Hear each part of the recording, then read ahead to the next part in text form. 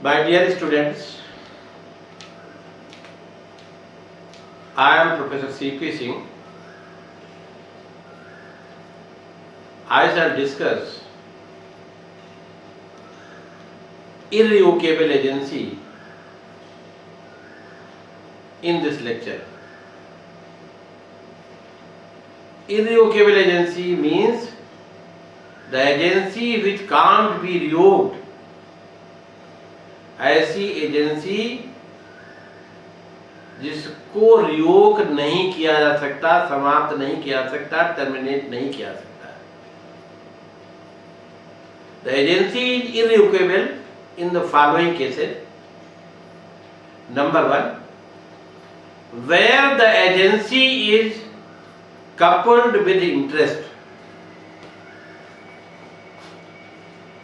यानी जहां ऐसी एजेंसी जिसमें एजेंट का इंटरेस्ट इन्वॉल्व है. The agency coupled with interest is an agency which is created for the purpose of securing some benefit to the agent and is irrevocable. This provision is contained in section 202 of Indian Contract Act. Section 202 provides where the agent has himself an interest in the property which forms the subject matter of the agency can't, in absence of an express contract, be terminated to the prejudice of such interest. Thus, when an agent has some interest in the subject matter of the agency irrevocable. Agency can't be terminated during the subsistence of agent's interest. It may be noted that an agency coupled with interest is not terminated even on the death or insanity of the principal. However, if there is an express agreement providing for the termination of the agency, it can't be terminated. कहने का मतलब है कि यदि agent का interest involve है agency की subject matter में, तो यदि एक्सप्रेस एग्रीमेंट नहीं है तो एजेंसी कांट बी टर्मिनेटेड. ये जो है फॉर एग्जाम्पल ये जो एजेंसी है डेथ, प्रिंसिपल की डेथ या इंसैनिटी पर भी रिवोक नहीं होती है. फॉर एग्जाम्पल ए ने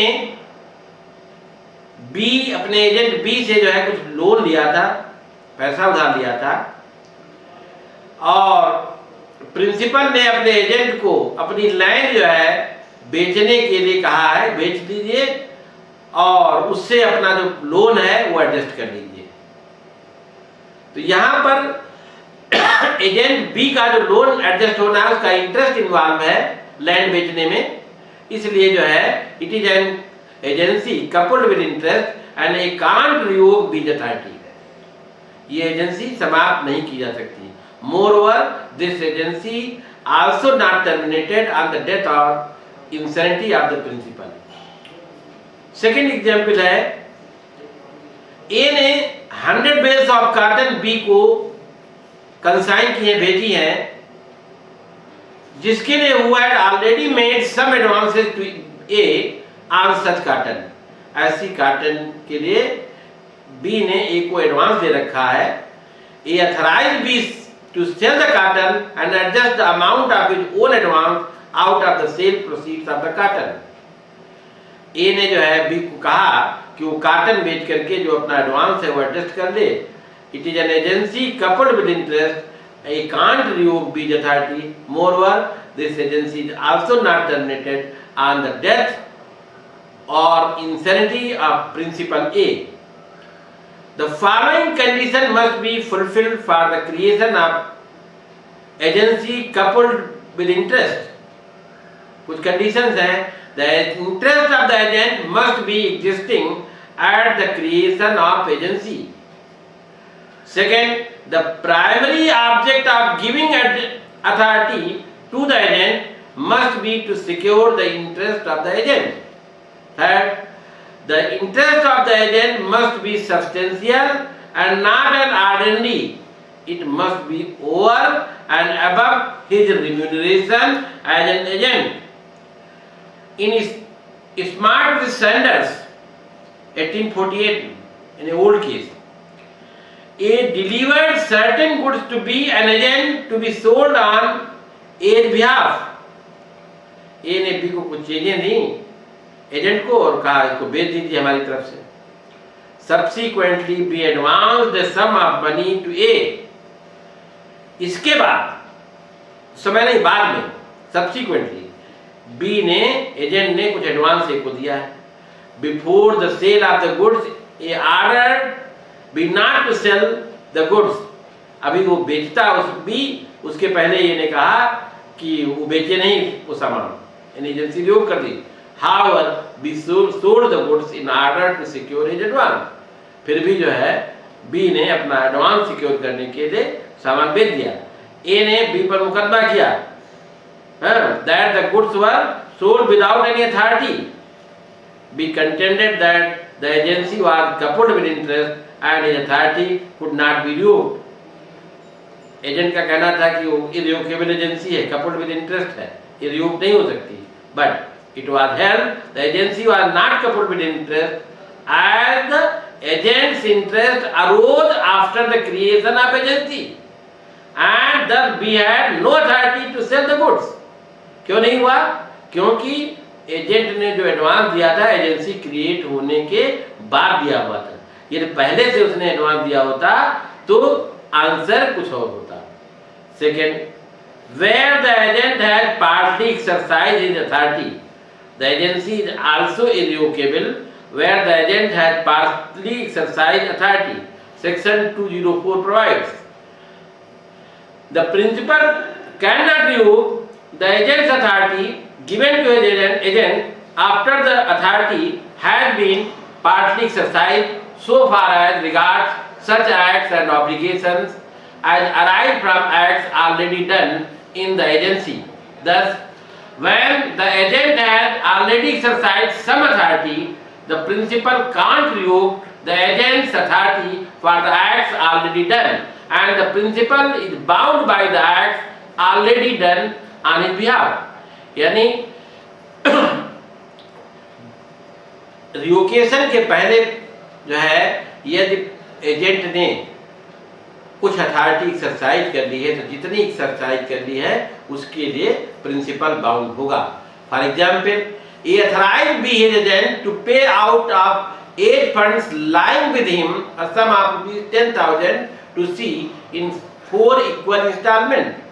A ने B को अपना एजेंट अपॉइंट किया है, कहा हमारा 10,000 रुपया है, उसको 4 किस्तों में C को दे दीजिए. Subsequently, A revoked B's authority by a letter. बाद में A ने B की अथॉरिटी रिवोक कर दी लेटर से. Before the receipt of the letter, B had already paid one installment of rupees 2,500 to C. अभी revocation का letter मिलता उसके पहले ही एजेंट ने 2,500 रुपया C को दे दिया. In this case, A is bound by this payment. Next है, last है, where the agent has incurred a personal liability. Sometimes the agent contracts in his own name and makes himself personally liable for his acts. In such cases, the agency becomes irrevocable.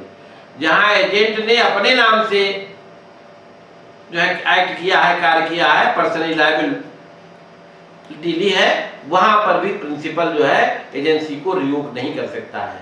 In such cases, the agency becomes irrevocable and the principal can't revoke the agent's authority, leaving the agents exposed to the risk and liability already incurred by him. For example, A authorized B to buy 100 bales of cotton on account of A and to pay for it out of his funds lying with him. A ने अपने agent B को authorise किया कि वो उसके लिए 100 bells of cotton खरीदे और जो उसका पैसा A का B के पास है उसी में से उसका पे कर दे. B bought 100 bales of cotton in his own name so as to make himself personally liable for the price. उसने प्रिंसिपल के नाम से नहीं खरीदा, प्रिंसिपल के लिए भी नहीं खरीदा, अपने नाम से खरीदा, जिससे कि पर्सनली लायबल हो। In this case, a can't revoke be the authority as regard the payment for carton. However, if B buys the carton in A name, यदि A के नाम से खरीदता, A के लिए खरीदता, तो कुछ आंसर दूसरा होता, वो जो है प्रिंसिपल लायबल होता। अदरवाइज जो है प्रिंसिपल रिवोक कर सकता, क्योंकि अपने नाम से खरीदा है, पर्सनली लायबल होने के लिए खरीदा है, तो ऐसी एजेंसी को रिवोक नहीं किया जा सकता है।